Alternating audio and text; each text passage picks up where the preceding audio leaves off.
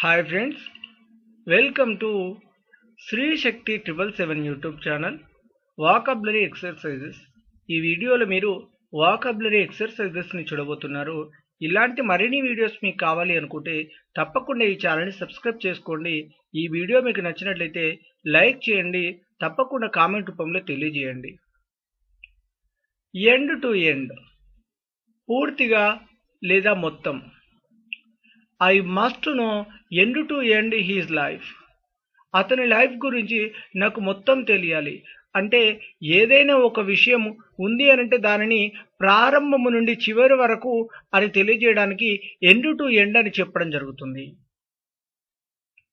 Come to an end, ముగింపుకు రావడం. The meeting is coming to an end, సమావేశం ముగింపుకు వస్తుంది. అంటే కమ్కి వర్బ్ 4 కాబట్టి ఇక్కడ వస్తుంది అని అంటే వర్బ్ 4 ఏంటి? కమ్మింగ్. కాబట్టి కమ్మింగ్ అని మెన్షన్ చేస్తాము. ఒకవేళ వచ్చింది అని అంటే కేమ్గా చెప్పడం జరుగుతుంది. ఇలా ఏదైనా ఒక విషయం జరుగుతుంది అని అంటే ఆ విషయం ముగింపుకు వచ్చింది అని తెలియజేయడానికి లేదా ముగింపుకు వస్తుంది అని తెలియజేయడానికి ఇక్కడ కమ్ టు యాన్ ఎండ్ అనే పదాన్ని చెప్పడం జరుగుతుంది. ఇన్ ది ఎండ్, కొంచెం చివరిలో. I will catch you in the end of street, నేను నిన్ను వీధి చివరిలో పట్టుకుంటాను. అంటే ఇన్ ది ఎండ్ అని అనగా ఒక 80-85% చివర అన్నట్టుగా తెలియజేయడం జరుగుతుందండి. 100కి 100% అని మాత్రం కాదండి. ఎట్ ది ఎండ్, చివరికి. The shop is at the end of street, ఆ షాప్ పూర్తిగా వీధి చివరన ఉంది. ఎట్ ది ఎండ్ అని అన్నట్లయితే 100కి 100% చివర అని తెలియజేయడం జరుగుతుందండి. ఇన్ ద బిగినింగ్, ప్రారంభంలో. The meeting is in the beginning, సమావేశం ప్రారంభంలో ఉంది.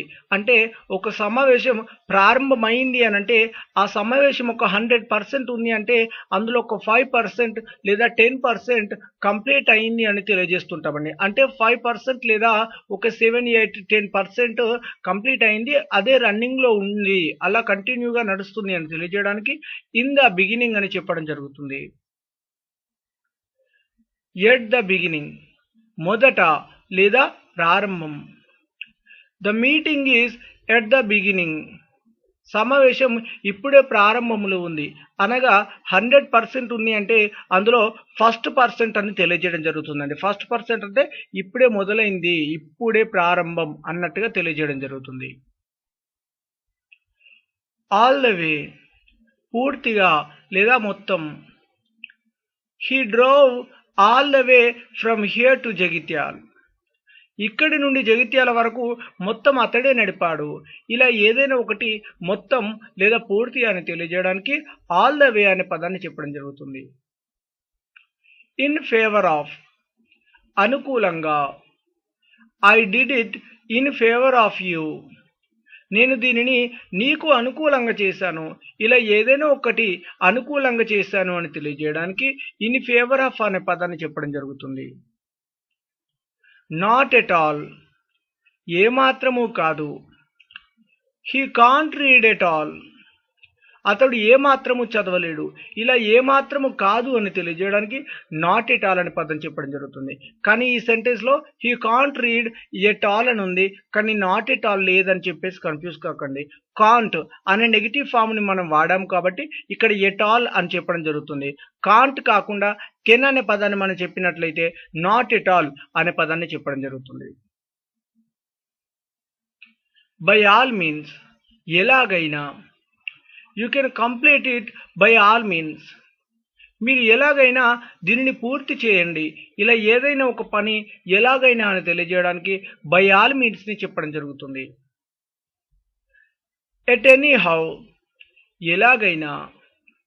I will meet you at any how, నేను నిన్ను ఎలాగైనా కలుస్తాను. ఇలా ఎలాగైనా అని తెలియజేయడానికి ఎట్ ఎనీ హౌ అనే పదాన్ని కూడా చెప్పడం జరుగుతుంది. వర్త్ వైల్, విలువైన లేదా ఉపయోగమైన. The words are not worthwhile, ఆ మాటలు ఉపయోగం లేనివి. ఇలా ఏదైనా ఒకటి పని చేస్తున్నాము అంటే ఆ పని అది విలువ లేనిది లేదా ఉపయోగం లేనిది లేదా ఉపయోగం ఉన్నది విలువ అయినది అని తెలియజేయడానికి వర్త్ వైల్ అనే పదాన్ని తెలియజేయడం జరుగుతుంది. గ్రాడ్యువల్లీ క్రమక్రమంగా. My vocabulary is gradually improving. నా వోకాబులరీ క్రమక్రమంగా పెరుగుతుంది. ఇలా ఏదైనా ఒకటి క్రమక్రమంగా అని తెలియజేయడానికి గ్రాడ్యువల్లీ అనే పదాన్ని చెప్పడం జరుగుతుంది. ఈవెన్చువల్లీ చివరికి. I eventually reached there. చివరికి నేను అక్కడికి చేరుకున్నాను. ఇలా ఏదైనా ఒక పదాన్ని చివరికి అని తెలియజేయడానికి ఈవెన్చువల్లీ అని చెప్పడం జరుగుతుంది. ఫిగర్ అవుట్ మార్గం గుర్తించు. She is enough to figure out what to do. ఏం చేయాలో మార్గం గుర్తించడానికి ఆమె సరిపోతుంది. అంటే ఏదైనా ఒక దానిని మార్గం గుర్తించడం అంటే మార్గం కనుగొనడం అని తెలియజేయడానికి ఫిగర్ అవుట్ అని చెప్పడం జరుగుతుంది.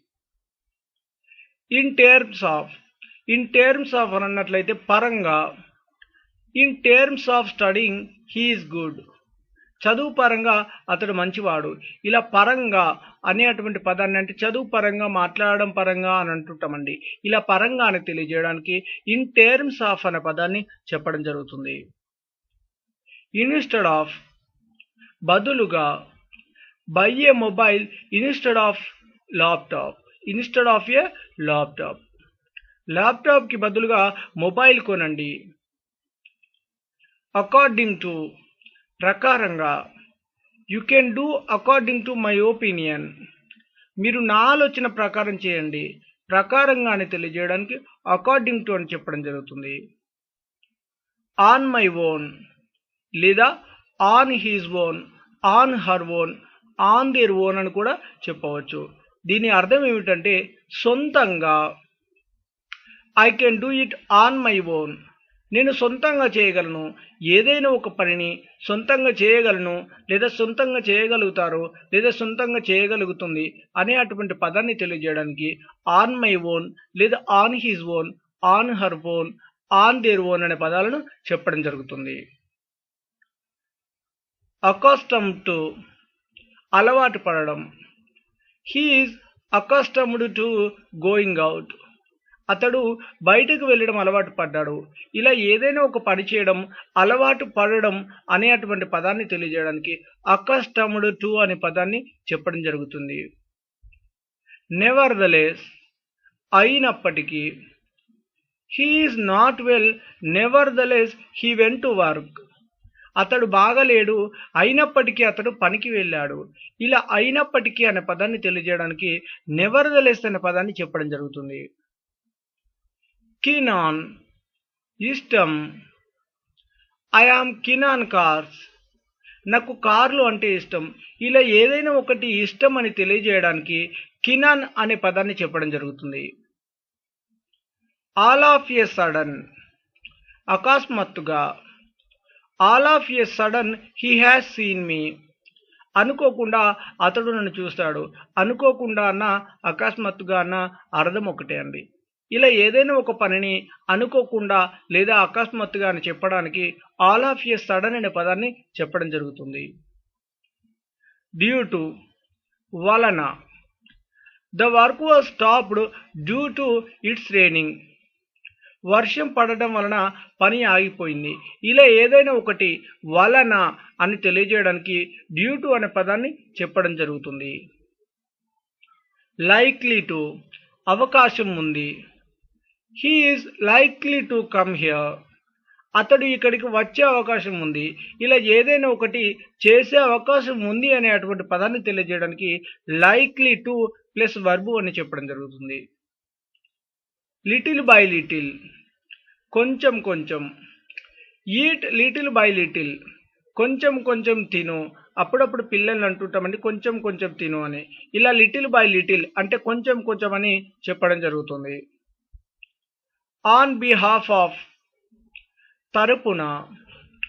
Send him on behalf of me.